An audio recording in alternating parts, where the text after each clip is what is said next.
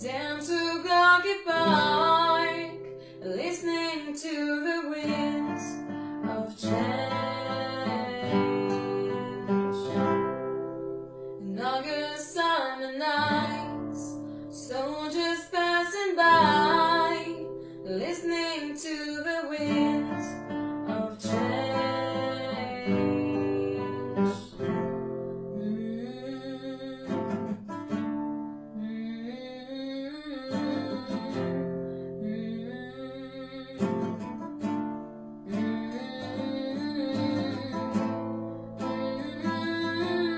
Presiden Rusia Vladimir Putin menandatangani dekret untuk mempercepat proses bagi penduduk di wilayah Kherson dan juga Zaporizhia memperoleh paspor dan kewarganegaraan Rusia. Bismillahirrahmanirrahim. Assalamualaikum warahmatullahi wabarakatuh. Waalaikumsalam warahmatullahi wabarakatuh. Selamat siang guys, berbahagia sekali kita, saya dan Cak Gozali dalam podcast bersama Kiti Togatsu dan Cak Gozali menjumpai rekan-rekan yang kita cintai. Oke guys, hari ini dunia itu sedang menghadapi masalah global atau akan adanya perubahan hegemoni ya dari konsep imperialisme atau kapitalisme menjadi satu konsep kerakyatan yang lebih ditentukan nasionalisme dari masing-masing negaranya. Nah, akibat perang Rusia dan Ukraina ini menimbulkan banyak perubahan. Bukan saja mengurangi hegemoni Amerika Serikat, tapi juga akan mempengaruhi satu kondisi dunia. Oke guys, saya mau nanya nih sama Rusia begitu besar, kan mudah sekali Ukraina ini dihancurkan. Ini kenapa ya? Yang saya lihat di sini malah beberapa wilayah seperti Mariupol, Kherson dan Zaporizhia ini dikuasai oleh Rusia. Justru penduduknya disuruh masuk warga negara Rusia gitu. Oke. Gimana? Jadi gini mas ya, kan Rusia ini memang tidak bermaksud menghancurkan Ukraina. Iya. Ya, tujuannya kan supaya tidak menimbulkan dendam ya. Kalau Rusia sebenarnya Rusia ini mengalahkan Ukraina 2-3 hari selesai mas. Iya. Kalau dengan kekuatan militer ya. Tapi kan kehancuran Ukraina yang luar biasa ini pertama akan membangkitkan orang Ukraina untuk melawannya, dan kemudian orang-orang Eropa inilah yang ikut bersatu padu melawan Rusia mas. Jadi memang itu Rusia sendiri kan mendeklarasikan bahwa perang ini perang terbatas. Iya. Nah, tetapi Rusia ini cukup cerdik ya. Jadi Rusia ini berusaha mengambil wilayah-wilayah selatan yang berbatasan dengan laut lepas. Dimulai dari Mariupol. Mariupol itu kota pelabuhan ya. Iya. Artinya Mariupol tuh semua pantai yang laut Azov ini dikuasai. Iya. Nyambung ke Crimea. Sekarang nyambung ke Kherson. Perangnya kan udah lama Ya, Crimea 2014 ya.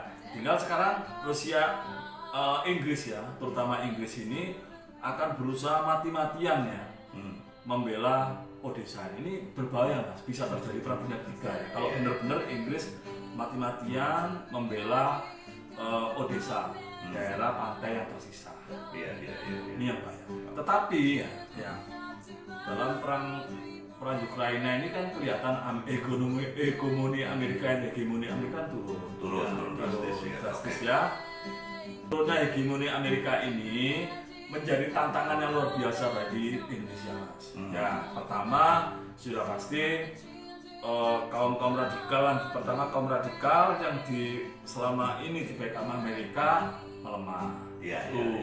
Kedua, Indonesia bisa lebih bebas untuk berbisnis dengan negara lain. Oke, jadi guys, ikut campurnya Amerika ini ke Ukraina semenjak Crimea memang diambil alih oleh Rusia ya. Pada saat itu diambil alih sehingga banyak warga negaranya memilih menjadi warga negara Rusia kan di Crimea ya. Nah kemudian akhirnya timbullah satu kondisi gejolak politik hingga akhirnya Zelensky bisa menjadi presiden ya.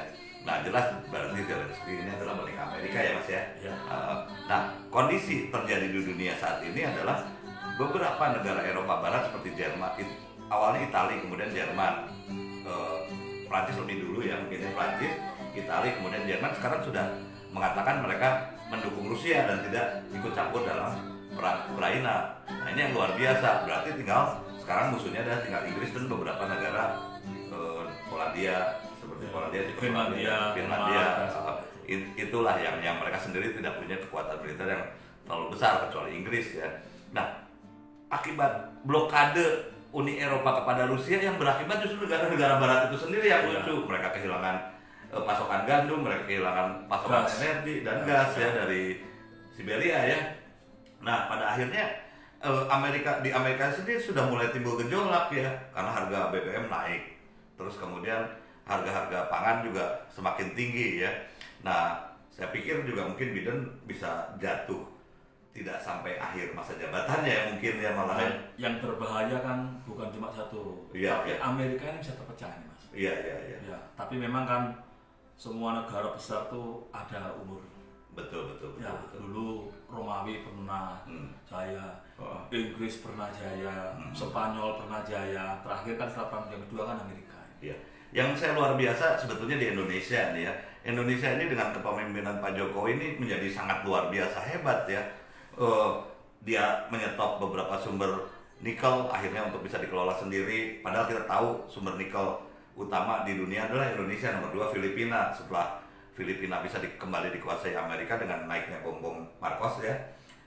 Indonesia ini sekarang akan menjadi satu strategi ya, menjadi satu lahan untuk memperebutkan kalau toh kita harus betul-betul di 2024 betul-betul memilih pemimpin yang anti radikalis ya, karena bisa dikuasai oligarki kecil nih.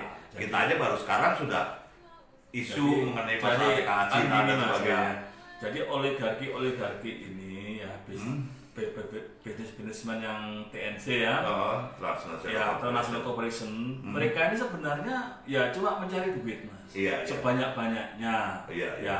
Dan mereka tahu mereka bisa mencari sebanyak-banyaknya kalau bersekutu dengan Amerika. Iya, kalau Amerika lepas kan bersekutunya sama duit. Ya, kalau Amerika lepas ya mereka akhirnya patuh sama pemerintah berkuasa mah. Harusnya begitu.